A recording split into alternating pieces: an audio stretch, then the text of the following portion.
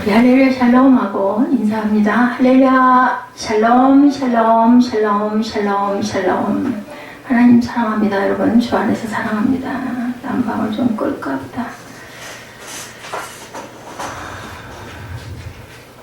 오늘 본문 너무 잘하는 말씀이죠.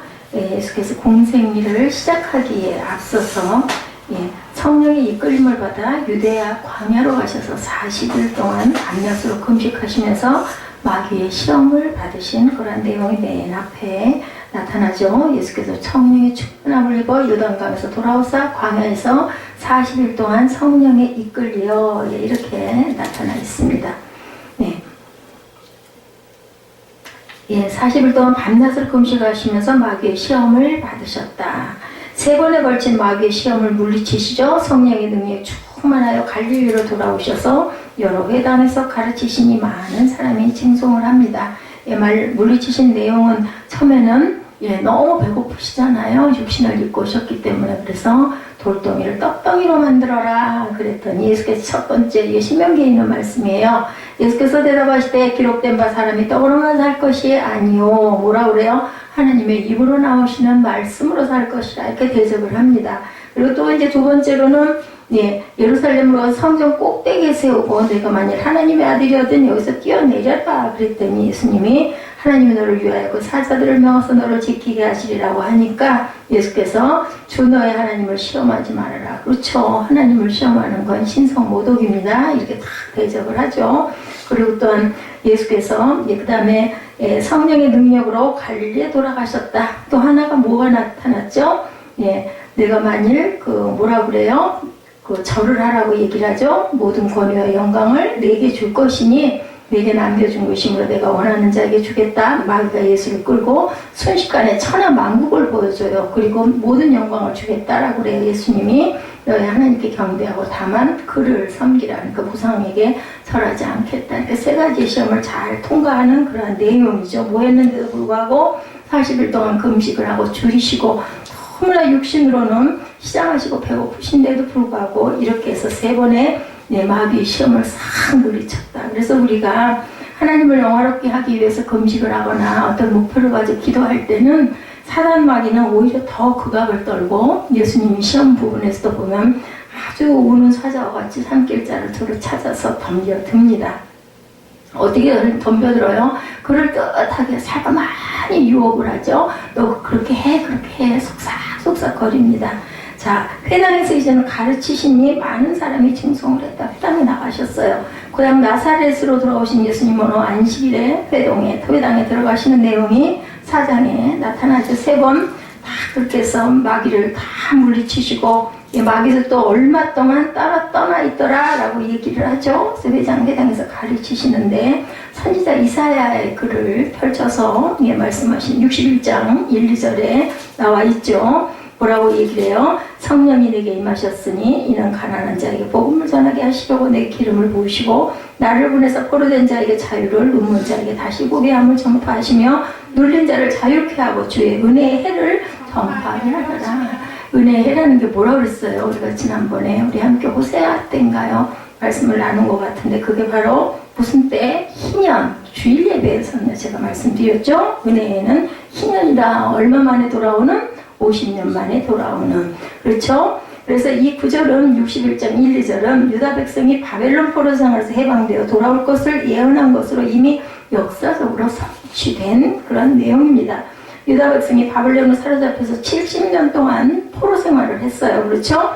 바사왕 고레스가 유대인 교환령을 내려서 자유로이 고토에 돌아올 수가 있었습니다. 누구의 마음을 움직였어요? 이거는 하나님께서 고레스, 하나님을 믿는 사람이 아니에요. 이방 나라의 왕인데 그 사람 마음을 움직입니다. 그래서 너희 나라로 돌아가라 그러죠. 그러나 이사야 이 예언은 단지 유다 백성이 바벨론에서 해방된 역사적 사건 그 이상의 의미를 내포하고 있다. 이 예언은 이사야에 대한 놀라운 내용을 증거합니다. 먼저 주의 성령이 메시아에게 임하시고 또 하나님의 기름 부음을 받을 것이고 그리고 메시아는 가난한 자에게 뭐를 전할 것이며 복음을 전할 것이며 포로된 자는 어떻게 해요? 포로에게 가장 중요하고 필요한 건 뭐예요? 자유겠죠? 포로에겐 자유가 없기 때문에 눈먼 자가 보는 것처럼 이 귀한 것은 없습니다. 그렇게 해서 다시 보게 함을 전파하며 눌렸던 자를 자유케 하고 또한 주의 은혜의 해를 전파할 것이다. 뭐를? 희년을 전파한다는 자유로 해방시켜주는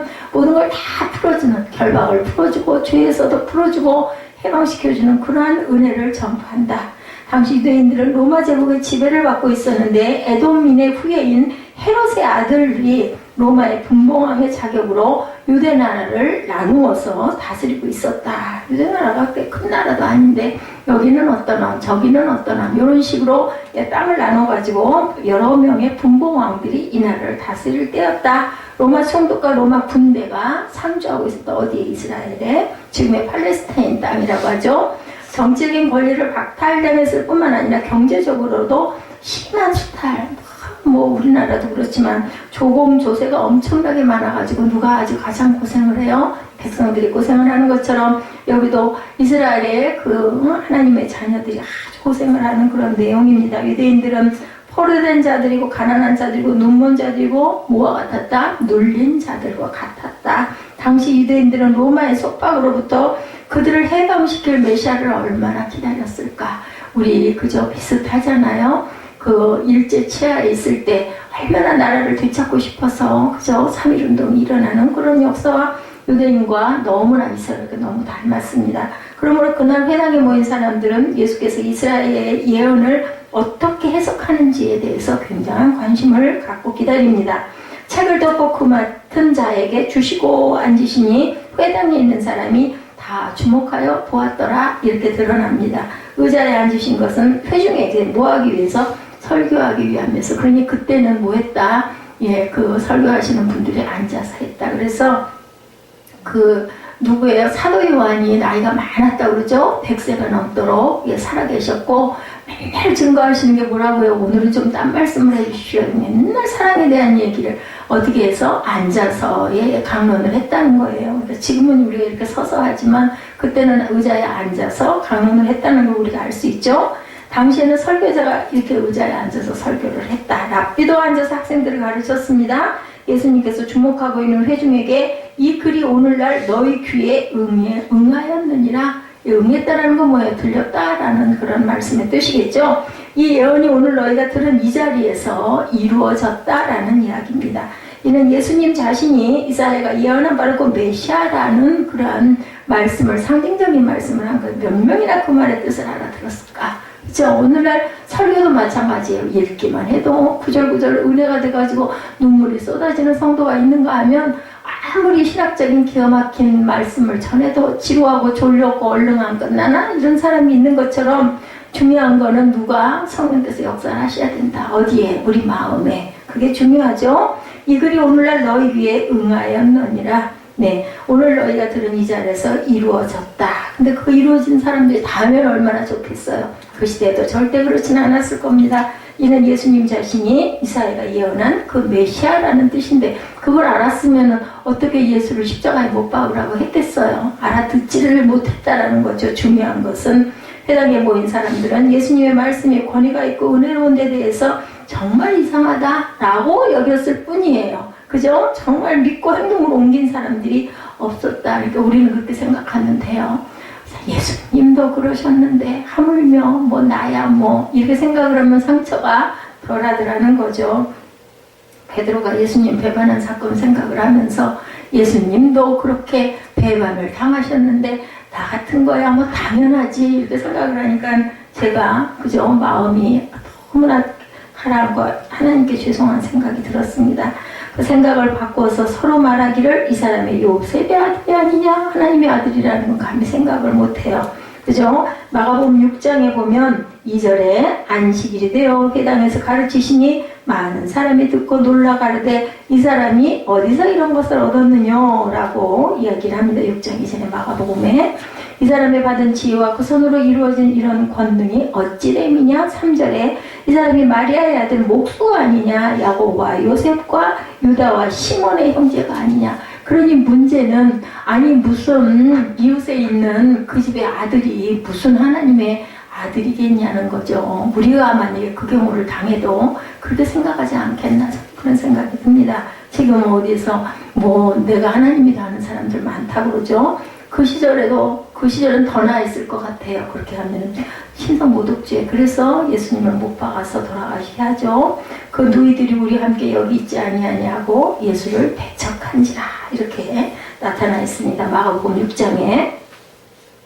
예, 나사렛 동물 사람들은 오랜 세월 동안 그들과 함께 이웃하고 살아왔어요. 뭐 특별하지도 않고 부요하지도 않고 그렇다고 해서 뭐 무슨 귀족 출신의 집안도 아니고 근데 무슨 메시아냐고 그죠? 일반적으로 생각하면 그러고도 남을 것 같습니다. 자, 그것에 분개했다라고 나타나죠. 거기서 한술 더 떠가지고 예, 탁월한 가르침과 행하시는 권능을 보고 놀라긴 놀랐는데 어떻게 하나님의 아들이냐는 거죠. 그들은 메시아가 다윗의 자손으로 오실 것이라고 알고 있었는데 평소에 알고 지내던 마리아의 아들 목수 그죠? 예, 감히 목수 일을 하셨으니까 예수님도 그죠? 요셉을 따라서 메시아를 자청하니 정말 이건 용납할 수가 없어 죽여야 돼 이 생각을 했다는 거예요. 예수께서 그들에게 이르시기를 너희가 반드시 오나 너를 고치라 하는 속담을 인증하여 내게 말하기를 우리의 들은 바 가버나움에서 행한 일을 내 고향 여기서도 행하라 하리라 이렇게 말씀을 합니다. 곧 무슨 뜻이에요?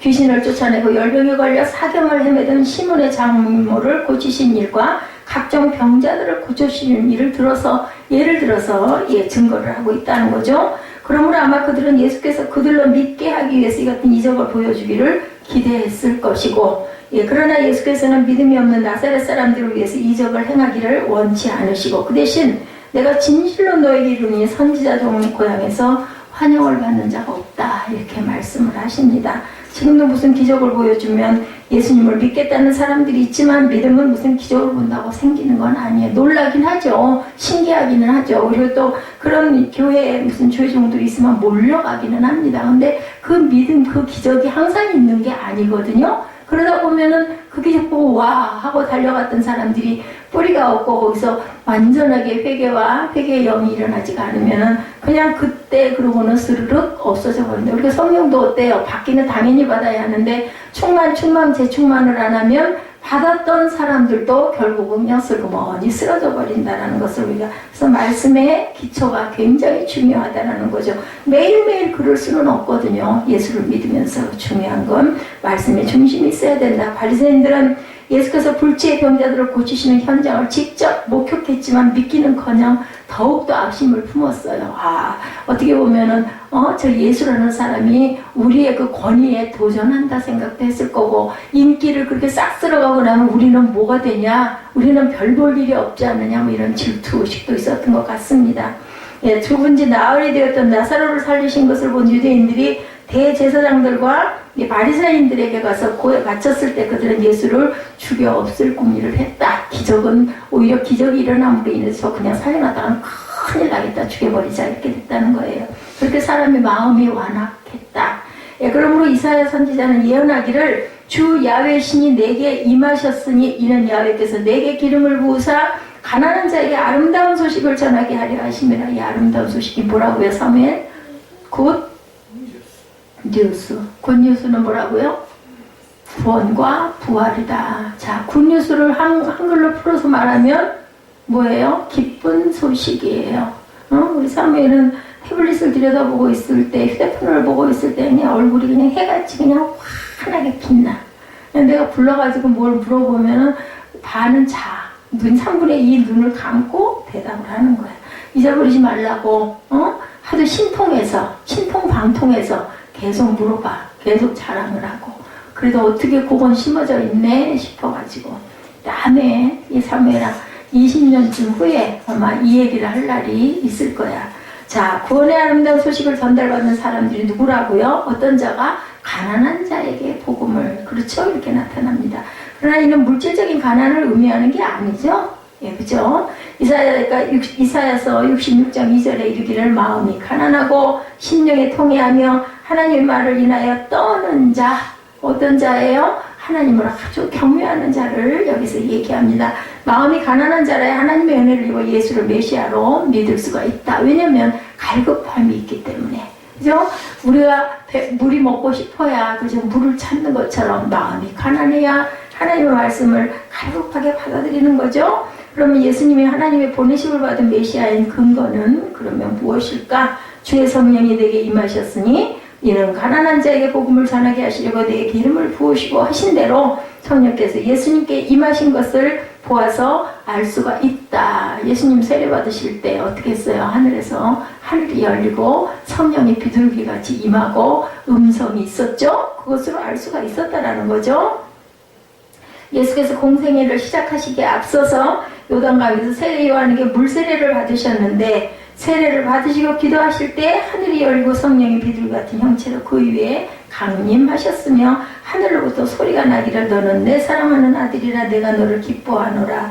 누가복음 3장 21, 2절에 나타나 있습니다. 사도 베드로는 백부장 고넬료의 집에 모인 사람들 앞에서 설교하면서 하나님의 나사렛 예수에게 성령과 능력을 기름 붓듯 하셨으며 저가 두루 다니시며 착한 일을 행하시고 마귀에게 눌린 모든 죄를 고치셨으니 이는 하나님이 함께 하셨습니다. 사도행전 10장 38절에 이렇게 증거하고 있다. 한 번은 예수님께서 귀신 들려 눈물고 벙어리 된 사람을 고쳐주시니 그 벙어리가 말하며 보게 되어 이를 본 사람들이 놀라 말하기를 이는 다윗의 자손이 아니냐? 라고 이야기를 하죠. 다윗의 자손은 누구라는 거예요? 메시아라는 의미예요. 그러자 바리새인들이 듣고 말하기를 이 사람이 귀신의 왕 바알세불을 힘입지 않고는 귀신을 쫓아내지 못하느니라 라고 말을 합니다. 그때 예수께서 그들의 생각을 아시고 이렇게 대답하죠. 예, 스스로 분쟁하는 나라마다 황폐해질 것이요 스스로 분쟁하는 동네마다 집마다 서지 못하리라 라고 이야기를 합니다.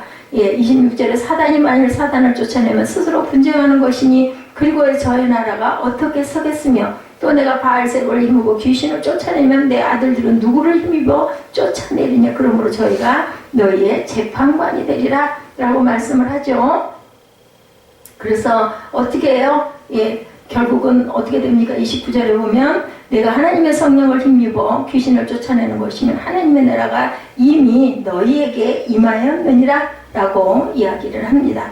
예수께서는 자기가 성령을 힘입어 귀신을 쫓아냈다고 얘기합니다. 예수께서 행하신 모든 이적도 다 뭐를 입어서 성령을 힘입어서, 그러니까 우리도 마찬가지 기도할 때도 그죠? 말씀 읽을 때도 하나님의 나라가 임하는 것은 누구를 힘입어서? 성령을 힘입어서 주는 그리스도시요 살아계신 하나님의 아들입니다. 이 고백도 예수께서는 하나님이 너를 움직여서 네 마음에 그 마음을 주셨다라고 분명히 말씀을 하시죠. 다윗의 자손 메시아라고 말하는 그 모든 것도 이 사람이 귀신의 왕 바알세불을 힘입지 않고는 귀신을 절대로 쫓아내지 못할 것이라는 이야기도 바로 그런 의미로 이야기를 하고 있다라는 것입니다. 이렇게 언제나 사도들을 또 오순절 성령 강림 이후에 성령의 충만함을 받아서 담대하게 복음을 전했지만 이거는 성령으로 언제나 성령으로 충만한 것은 아니었다. 그러나 예수께서는 하나님의 아들이시기 때문에 특별한 성령의 임재 가운데 메시아의 사명을 감당할 수가 있었다. 우리가 성령 충만을 늘 사모하지만 항상 그럴 수는 없다는 거죠. 그리고 예수께서는 이사야가 예언한 메시아 사역을 행합니다. 첫째로 무슨 복음을 전했다라고 나타나죠. 이사야 선지자는 복음을 무슨 소식이라고요? 굿뉴스, 아름다운 소식이라고 얘기합니다. 헬라어로는 유앙겔리온이라고 얘기하죠. 그리스도를 통한 좋은 소식, 복되고 기쁜 소식, 유앙겔리온, 굿뉴스, 아름다운 소식. 우리 사무엘이 얘기한 것처럼 구원과 부활입니다. 왜 예수께서 전파하신 소식이 복음이고 아름다운 소식일까? 그것은 가난한 자를 위한 소식이다. 뭐가 가난해요? 심령이 가난한 자. 포로된 자에게 자유를, 눈먼 자에게 다시 이것처럼 좋은 게 어디 있어요? 희년에는 이런 사건이 일어났다는 걸 실제로 50년에 한 번씩 눌린 자를 자유케 해주고 주의 은혜를 전파하는 것이기 때문이다. 우리는 이렇게 매일같이 소식의 홍수 속에 살아가고 있습니다. 각종 미디어의 발달로 인해서 세계 여러 곳의 뉴스를 우리는 한꺼번에 실시간으로 접할 수가 있어요. 휴대폰 하나만 켜도 다 보이죠. 누르기만 해도. 그런데 그 많은 뉴스 가운데 기쁜 소식, 복된 소식이 과연 얼마나 될까? 대부분이 전쟁, 테러, 사륙, 파괴, 무슨 쓰나미, 그죠? 불안, 끔찍한 사고 소식들만 도배가 되어 있다라는 것. 시리아의 내전으로 인해서 수십만 명이 죽고 그보다 몇 배나 많은 사람이 부상을 입고 그리고 수백만의 난민이 생겨났다는 소식은 우리에게 늘 들리는 소식. 그러다 보니까 이제는 또 오히려 그것도 또 그냥 그러려니가 돼버립니다. 한참 이 운동이 일어났었는데 경기 침체의 소식이 우리를 늘 우울하게 하고, 잘 사는 사람은 엄청나게 잘 사는데, 그런데 그 층은 정말 뭐 5%, 뭐 1% 그렇다고 하죠. 요즘 젊은이들의 결혼을 미룰 수밖에 없고, 결혼하고도 출산을 미뤄하는 현실을 우리 안타깝게 한다. 아까 예지가 뭐라 그런다고요? 둘이만 사는 걸? 자기는 그렇게 살 거라고 그러더라고요. 그러니까 엄마가 있다가 한다는 소리가 네가 결혼을 절대 안 한다고 그러더니 이제는 결혼을 한다고 얘기를 하는구나. 근데 아이끼는 안 낳는데요. 그래서 너 네 남자친구 닮은 이쁜 애기야, 남자에게, 아니면 너 닮은 예쁜 딸을 갖고 싶으면 어떡하니? 라고 얘기는 절대 그럴 리가 없다고 얘기를 해서 제가 놀랬습니다. 물론 이제 철이 들면 그 생각이 바뀌겠지만 요즘에 중학교 3학년, 고등학교 1, 2학년들의 생각들이 이렇구나 하는 생각을 했습니다. 기업가의 탐욕에 의해서 수백 명이 해난 사고로 죽었다는 소식을 대할 때 인간에 대해서 정말 우리는 절망을 하게 되죠. 이 외에도 매일같이 좋지 않은 소식들을 대하면서 우리가 살아간다. 그러나 예수 그리스도께서는 수고하고 무거운 짐진 자들하고 부르시죠. 아름다운 소식, 기쁜 소식, 복된 소식을 전해주기 위해서 부르시고 계시고 지금도 그리고 오셨다. 복음은 하나님께서 독생자를 통해 인생들을 죄와 사망에서 구원하신다라는 소식이죠. 복음입니다. 그래서 마귀의 권세에서 인생들을 풀어내셔서 하나님 나라의 백성으로 삼아주신다는 무슨 소식? 좋은 소식, 굿뉴스, 복된 소식, 유앙겔리온. 그러므로 회개하라 천국에 가까웠느니라. 마태복음 3장 2절이죠. 이 선언처럼 복되고 기쁜 소식은 달리 없다. 왜요? 천국을 주겠다는데요. 뭐만 하면? 우리의 잘못을 시인하기만 하면, 회개만 하면, 그러면 천국을 주겠다고 그러시잖아요. 요한복음 3장은 복음의 핵심을 이렇게 말씀합니다. 16절이죠. 너무 잘 아시는 말씀. 하나님이 세상을 이처럼 사랑하셨기 때문에 독생자를 주셨어요. 그죠? 이는 저를 믿는 자마다 멸망치 않고 영생을 얻게 하려 함이라. 하나님이 그 아들을 세상에 보내신 것은 세상을 심판하려 하심이 아니요 저로 말미암아 세상이 구원을 받게 하려 하심이라고 분명히 17절에도 말씀합니다. 요한복음 3장 17절이죠. 무엇보다도 복음이 까닭은 우리를 구원하실 때 우리가 행한 의로운 행위로 말미암지 않는다. 사람이 행한 것은 의롭다고 볼 수가 없다라는 거예요. 그 마음밭에 자기의 유익이나 자기의 죄가 분명히 존재하고 있기 때문에 오직 어떤 하나님의 긍휼하심을 따라 믿음으로 구원받는 길을 열어주셨다는 것을 우리가 절대로 잊지 말아야 되겠다. 둘째로 예수님께서는 가난한 자에게 복음을 전파하십니다. 앞에서 살펴본 대로 가난한 거는 우리가 물질적으로 가난해서 배고파서 밥 먹을 게 없는 게 아니라 뭐가 가난하다? 심령, 마음이 가난하다. 심령에 통회하며 하나님의 말을 인하여 떠는 자라고 말씀을 하죠. 예수께서 팔복을 가르치실 때 심령이 가난한 자는 복이 있나니 천국이 그들의 것이며 마태복음 5장 3절이죠. 천국 복음은 심령이 가난한 자를 위한 그러한 소식이라는 겁니다. 경제적인 형편이 좋든 나쁘든 상관없이 마음이 가난해야 예수 그리스도를 믿을 수 있겠는데 여러분들 금전적으로 여유가 있는 사람들이 마음이 가난하기가 쉬울까요? 그죠? 절대로 그렇지 않을 것 같습니다. 그런 사람들은 정말 귀한 사람이라고 하죠. 성경에도 나타나 있듯이 마음이 가난한 것은 자신의 죄인됨과 부족하고 무능함을 시인하는 거예요. 오로지 하나님의 은혜만을 구하는 것. 절대로 내가 사는 것은 내가 사는 게 아니라 하나님의 은혜로 내가 오늘도 살고 있다는 것을 우리가 그것을 정말 입술로 고백할 줄 알아야 된다. 제가 그랬어요. 어제도 카카오톡을 하면서 내가 그죠? 예지가 지금 만 16년을 산 거잖아요. 2002년에 태어났으니까 16년 전에 내가 오늘 이렇게 몸이 이렇게 될 줄 누가 알았겠느냐고. 이게 누구는 알았을까요? 하나님께서는 아셨을 것 같아요.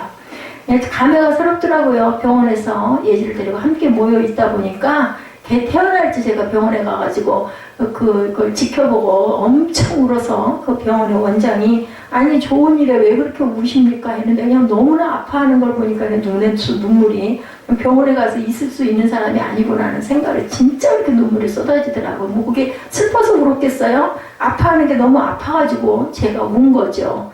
그러니까 그런 얘기를 들었습니다. 특별한 관계라고 또 얘기를 안 했죠. 예, 아무런 얘기를 안 했습니다.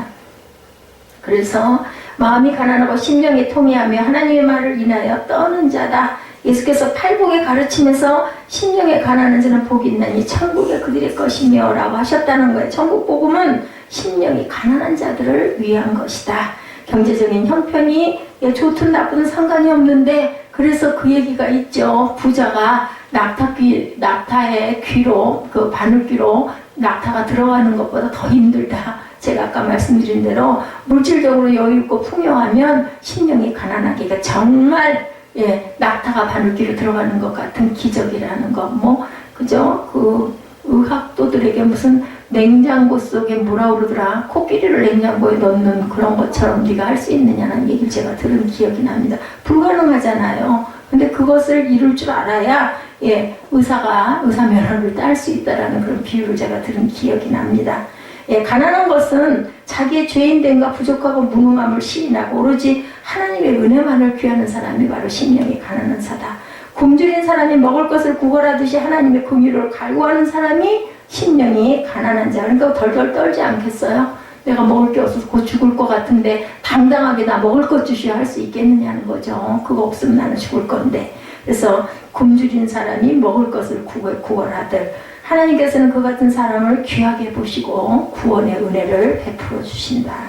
예수님 당시에 성전과 제사직을 도맡았던 사두개인들은 종교적인 특권의식이 강했어요.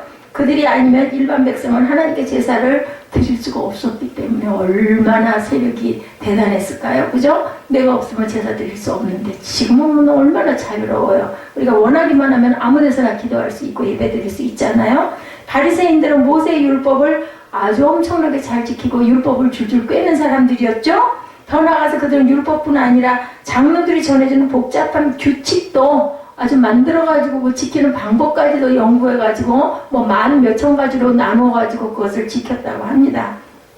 이처럼 사두개인들과 바리새인들은 종교적인 특권의식에 사로잡혀서 일반 백성들을 무시하고 깔봤어요. 자연히 당연히 그들은 교만했겠죠. 그리고 위선적이 돼서 하나님 은혜로부터 멀어져 버리고 맙니다. 그래서 제가 가끔 생각하는 게 우리 교회가 엄청 양적으로 성장을 했다면 내가 이만이나 했을까 하는 생각을 많이 합니다.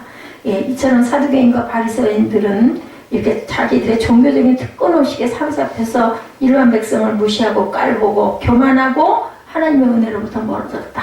그럼 그런 사람이 좋겠어요? 차라리 일반 백성들이 낫지 않을까 하는 생각을 해봅니다. 복음서를 보면 그들이 얼마나 집요하게 예수님을 적대하고 해방했는지 잘 나타나 있습니다. 누가복음에도 무슨 사건이 일어나는 데마다 그들은 예수를 자꾸 더 죽여야지 그냥 놔둬서는 큰일 나겠다 생각을 자꾸 합니다. 그들이 무시했던 가난한 백성과 세대들 가운데서 복음을 믿는 자들이 많았지만 사두개인과 바리새인 가운데는 정말로 귀했고 극소수에 불과했다. 누가 그랬어요? 공예 회원이 그 밤에 니고데모죠? 그리고 찾아갔던 그런 사람은 정말 극소수였다라는 거죠. 이와 같은 사정은 오늘도 마찬가지라는 것을 우리가 생각해 봐야 된다. 마음이 교만하면 복음을 받아들이지 못하게 마음이 겸손해야 믿을 수 있는 거에 당연합니다. 무릇 하나님의 모든 은혜는 마음이 가난해야 받아 누릴 수 있다. 그 이유는 하나님께서는 교만한 자를 물리치시고 겸손한 자에게 은혜를 주시기 때문이다. 야고보서 4장 6절에도 증거합니다. 셋째로 하나님께서는 누구에게? 포로된 자에게 자유함을 전파하러 오셨다. 이사야 선지자가 1차적으로 생각한 포로된 자들은 바벨론에 잡혀갔던 유다 백성을 가리키죠. 당시 바벨론에 잡혀간 유다 백성은 절망한 나머지 자기들이 죽임당한 지 오래되어 탈골된 해골과 같다라고 오죽하면 이 얘기를 합니다. 그럴 수밖에 없었던 것이 아침해처럼 융성하는 바벨론이 망할 것을 아무도 상상할 수가 없었어요. 그러나 하나님께서는 막강하던 바벨론을 멸하시고 에레미야 선지자를 통해서 약속하신 대로 70년 만에 유다 백성을 해방시켜서 고국으로 돌려보내는 기가 막힌 기적 같은 사건, 아무도 예상치 못했던 일이. 근데 우리 주변에도 이런 일들은 앞으로도 계속 일어날 것이라는 거죠. 메시아와 관련해서 볼 때 포로된 자들은 마귀에게 포로된 자들을 가리키죠. 예수께서는 말씀하시기를 도적이 오는 곳은 도적질하고 죽이고 멸망시키려는 것뿐이요 내가 온 것은 양으로 생명을 얻게 하되 더욱더 어떻게 풍성히 얻게 하려 하십니다. 요한복음 10장 10절입니다. 예수 그리스도께서 하나님의 나라를 이 땅에 세우시려면 먼저 이 세상의 임금인 누구를 마귀를 결박하지 않을 수가 없다라는 거예요. 그러므로 예수께서는 내가 하나님의 성령을 힘입어 귀신을 쫓아내는 것이면 하나님의 나라가 이미 너에게 임하였느니라 이렇게 말씀을 합니다. 여자의 후손으로 오신 예수께서 십자가에서 마귀의 머리를 상하게 하심으로 마귀에게 치명적인 패배를 안겨주셨으므로 성도는 이제 마귀의 권세에서 풀려나는 게 정상이에요. 그런데 어때요? 지금도 마귀가 우리를 계속 넘어뜨리죠. 그리고 끌려다니죠. 뭐라 그래? 여자의 후손이 뱀의 머리를 밟으리라고 얘기를 합니다. 여자의 후손이라고 따지면 예수 그리스도를 의미하기도 해요.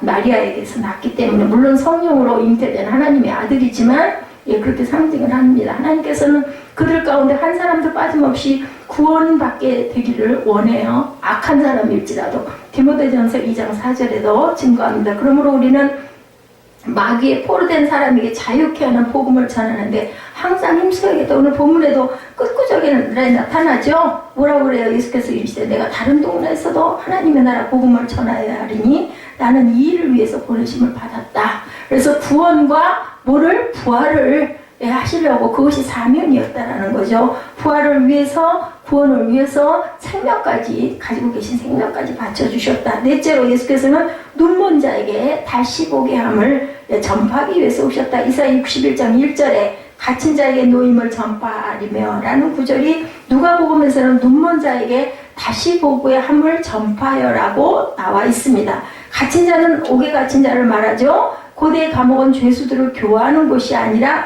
형벌을 가하는 곳이었기 때문에 아주 환경이 열악했다고 합니다. 죄수들은 쇠사슬에 묶여 지냈고 감옥은 당연히 햇빛이 안 들고 아주 눅눅하고 습기가 많고 침침하고 어두운 곳이다. 대개는 어디라고요? 지하 몇십 층 밑으로 내려간다면서요. 그곳에 바울과 실라가 갇혀 있었던 거예요. 그런 곳에 우리가 생각하는 그러한 옥이 아니에요. 그죠? 그러므로 감옥에 갇힌 죄수는 눈먼 자와 다름이 안 보이니까 눈먼 자죠. 그런데 감옥에서 노연함을 빌어서 광명한 빛을 보게 되기 때문에 이 말씀의 비유가 바로 이런 모습을 드러내고 있었다. 구원받지 못한 사람은 누구나 영적으로 볼 때 당연히 눈먼 자죠. 그리하여 하나님의 하시는 일을 보아도 못 보고 들어도 듣지 못해요. 그래서 우리가 귀 있는 자는 들을지어다 라고 얘기하죠. 그리고 영안이 열린다라고 얘기하죠. 누가? 사도 바울이 영안이 열렸어요. 언제? 다메섹에서 예수님을 만나고 눈이 덮였던 눈을 뜨이면서 바로 그죠? 보이게 됩니다. 이것은 곧 영적 세계가 열렸다라는 거, 영적인 눈이 열렸다라는 의미도 갖고 있죠.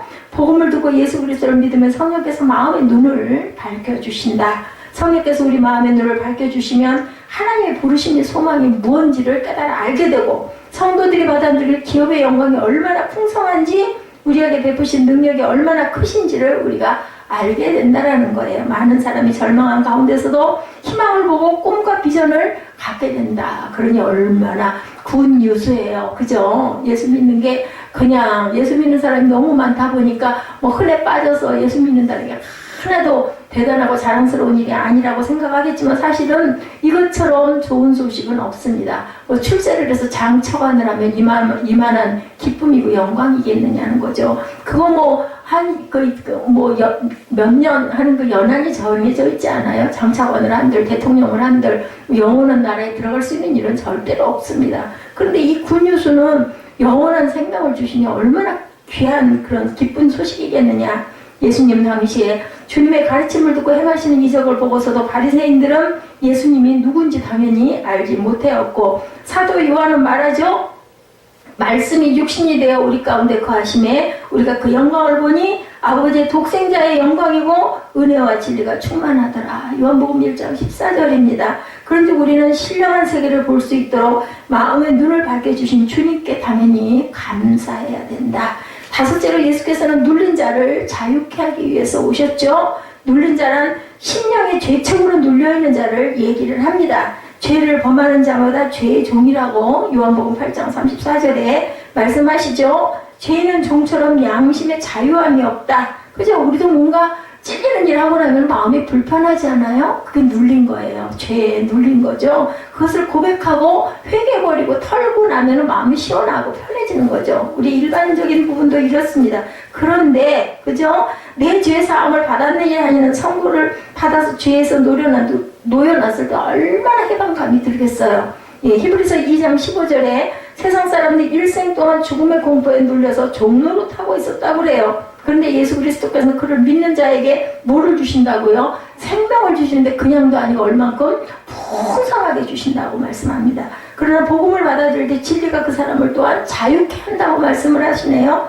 여섯째로 예수께서 오신 것은 주의 은혜의 해를 전파하기 위함이라고. 주의 은혜의 해란 아까도 말씀드렸지만 희년을 의미하죠. 희년에 대한 것은 너무 잘 아실 거예요. 율법 레위기 25장에도 명한 절기에 안식년을 7번 지난 다음에 곧 50년 되는 해를 말하죠. 희년은 은혜의 해라고 한 것은 가난하여 남이 종이 된 사람들이 해방돼서 가족에게로 돌아가고 남에게 팔았던 토지가 자기 소유로 다시 돌아오고 그저 되돌려 받게 됩니다. 집과 토지를 남에게 넘기고 비난하기 어렵게 살았던 백성들은 희년을 당연히 손을 꼽을 것 같아요. 저 같아도 그죠? 우리 아파트 그죠? 새가 다 없어진대 몇 년만 있으면 얼마나 기다리겠어요?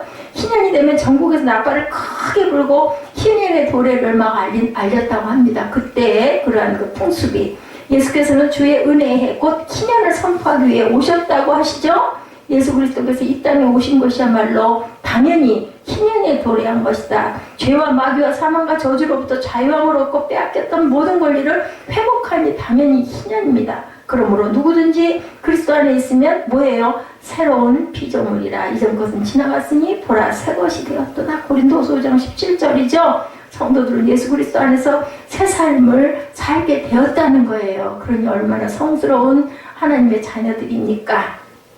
지금까지 예수 그리스도의 복음의 내용을 우리가 쭉 살펴봤습니다. 우리 인생들을 구원하시려고 하나님의 독생자 예수 그리스도께서 이 세상에 오셨고 그를 믿음으로 말미암아 우리가 구원을 얻게 되었다는 소식이 바로 복음의 핵심 유한겔리온 복된 소식 굿뉴스. 그렇죠? 이사야서 61장에 선포된 메시아에 대한 예언 그죠? 18절에 주의 성령이 내게 임하셨으니 시작을 합니다.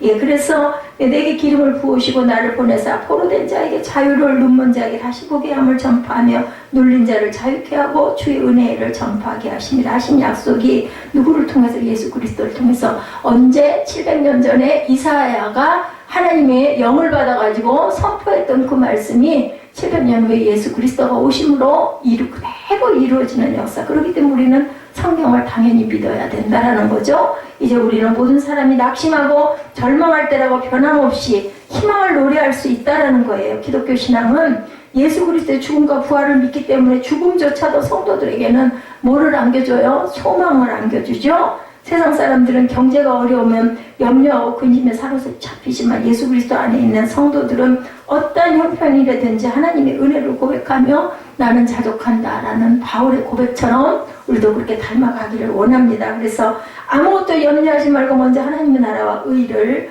구하는 저와 여러분들이 되셔야 되겠으며 하나님 아버지께서 성도들의 삶을 은혜롭게 인도해 주실 것이라는 것을 우리가 항상 믿고 감사하는 저와 여러분들이 되시기를 주님의 이름으로 축복합니다.